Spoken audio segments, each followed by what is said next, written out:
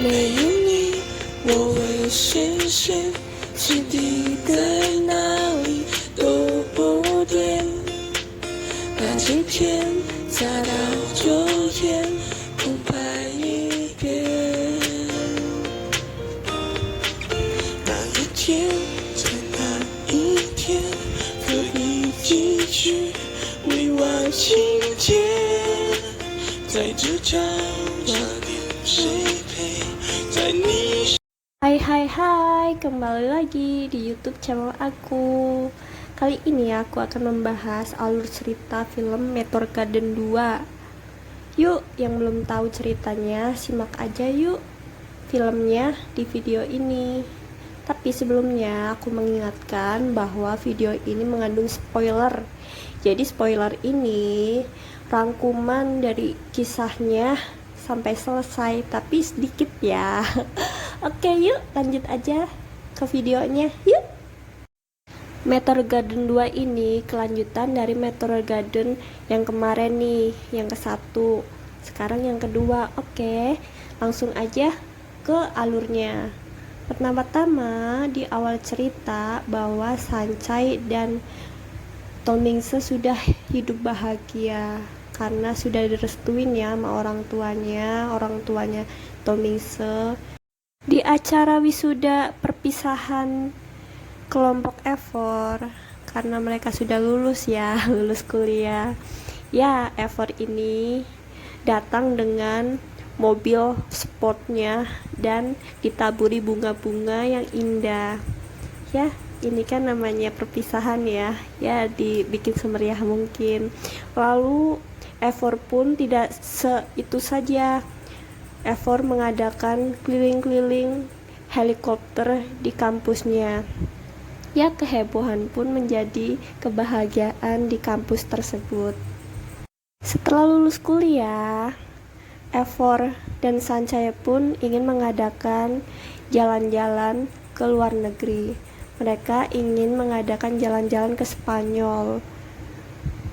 Namun ternyata teman Evornya pun ngeprank Sancai dan Tomingse agar Sancai dan Tomingse saja nih yang pergi, mereka berdua aja, dan teman-teman Evornya tidak ikut agar bisa bahagia ya berdua, teman-teman sejati.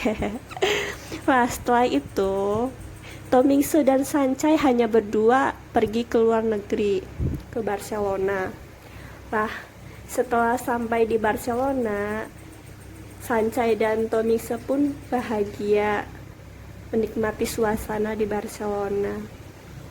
Mereka pun jalan-jalan di tempat pembelanjaan. Di tempat pembelanjaan, Sancai melihat cincin yang berbentuk meteor. Sancai pun menginginkan cincin tersebut. Namun Sancai bilang kepada Tomingse dia tidak ingin menginginkan cincin tersebut tanpa ada acara resmi, karena menurut Sancai cincin itu adalah tanda bahwa ikatan saling mencinta. Karena mendengar ucapan Sancai, akhirnya Tomingse pun diam-diam membeli cincin meteor tersebut untuk melamar Sancai. Namun, di perjalanan Tomingse untuk melamar Sancai, Tomingse mengalami kecelakaan dan Sancai pun menunggu di gereja berjam-jam. Namun, Tomingse pun tidak datang-datang. Karena sudah berjam-jam Tomingse tidak datang-datang, Sancai pun mulai khawatir kepada Tomingse. Singkat cerita, beberapa hari pun berlalu. Namun, Tomingse tidak pulang-pulang di hotelnya. Sancai pun mencari di mana-mana bersama temannya. Sancai pun teringat bahwa tentang cincin itu, apakah Tomingse membelikan cincin.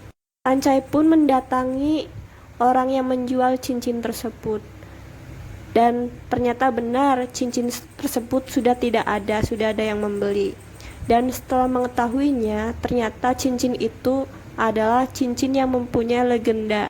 Cincin tersebut ternyata sepasang. Jadi jika cincin tersebut hilang satu, maka cincin tersebut akan yang membelinya akan mengalami kecelakaan. Mendengar seperti itu, Sancai pun merasa bersalah karena menginginkan cincin meteor tersebut dan akhirnya Tomingse membelikannya, sehingga terjadi seperti ini. Sancai pun merasa begitu bersalah. Di sisi lain, Tomingse sedang berada di rumah sakit setelah kecelakaan tersebut. Di masa Tomingse dirawat di rumah sakit, seseorang bernama Yesa ini orang yang tabrakan mobil bersama Tomingse. Yesa ini merawat Tomingse sedari mulai kecelakaan sampai dirawat. Yesa ini merawat Tomingse dengan sepenuh hati karena merasa bersalah. Namun, setelah Tomingse tersadar, Tomingse tidak bisa mengingat dirinya siapa. Yesa pun bingung untuk harus bagaimana karena orang yang ditabraknya tidak bisa mengingat dirinya sendiri. Setelah sekian beberapa hari, Yesa pun merawat Tomingse ini ke rumah karena tidak bisa mengingat namanya. Yesa memberikan nama kepada Tomingse, yaitu Asing. Beberapa bulan berlalu pun Asing mulai menyukai Yesa karena kebaikan Yesa yang begitu tulus kepada dirinya. Suatu hari, Asing sedang berjalan-jalan di tengah kota dan tidak sengaja bertemu dengan Sancai. Sancai pun begitu bahagia bisa menemui kekasihnya Tomingse. Namun, karena Tomingse mengalami kehilangan ingatan, tidak bisa mengenali pacarnya Sancai ini. Dan apalagi Sancai melihat seseorang yang wajahnya mirip dengan kekasihnya sudah mempunyai pasangan. Jadi Sancai pun merasa ragu bahwa lelaki itu adalah kekasihnya.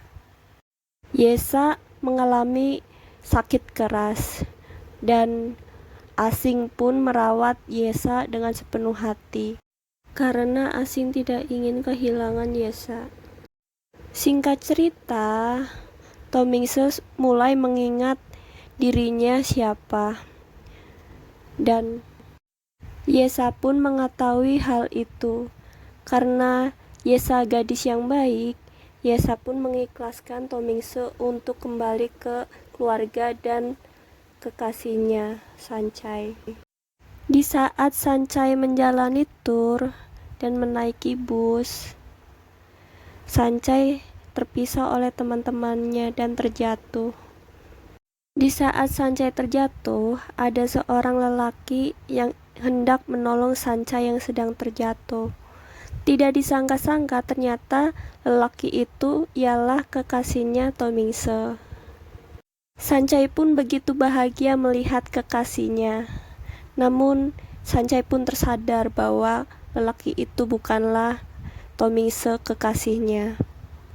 Sancai pun bergegas untuk menaiki bis untuk menjalani turnya lagi. Namun karena Tomingse sudah menyadari dirinya siapa, sudah mengingat, Tomingse pun bergegas mengejar kekasihnya, Sancai. Di saat Tomingse mengejar bus yang dinaiki Sancai, ternyata Sancai tidak menaiki bus tersebut dan berada di belakang Tomingse yang sedang mengejar. Tomingse pun mengakui bahwa dirinya sudah mengingat bahwa dirinya adalah kekasihnya Sancai yang dicari-cari olehnya.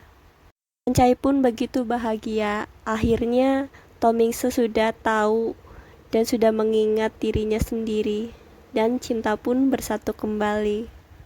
Film pun selesai. Jadi intinya, kalau jodoh gak kemana kok, walaupun jodoh itu jauh dari kita, walaupun jodoh itu di mana. Kalaupun memang jodoh, toh dia akan kembali lagi kepada kita. Sekian dulu video dari saya. Nantikan alur cerita film-film lainnya ya. Namun jangan lupa subscribe video channel aku ya, agar aku tambah semangat bikin video-video lainnya. Oke. See you, goodbye. Terima kasih.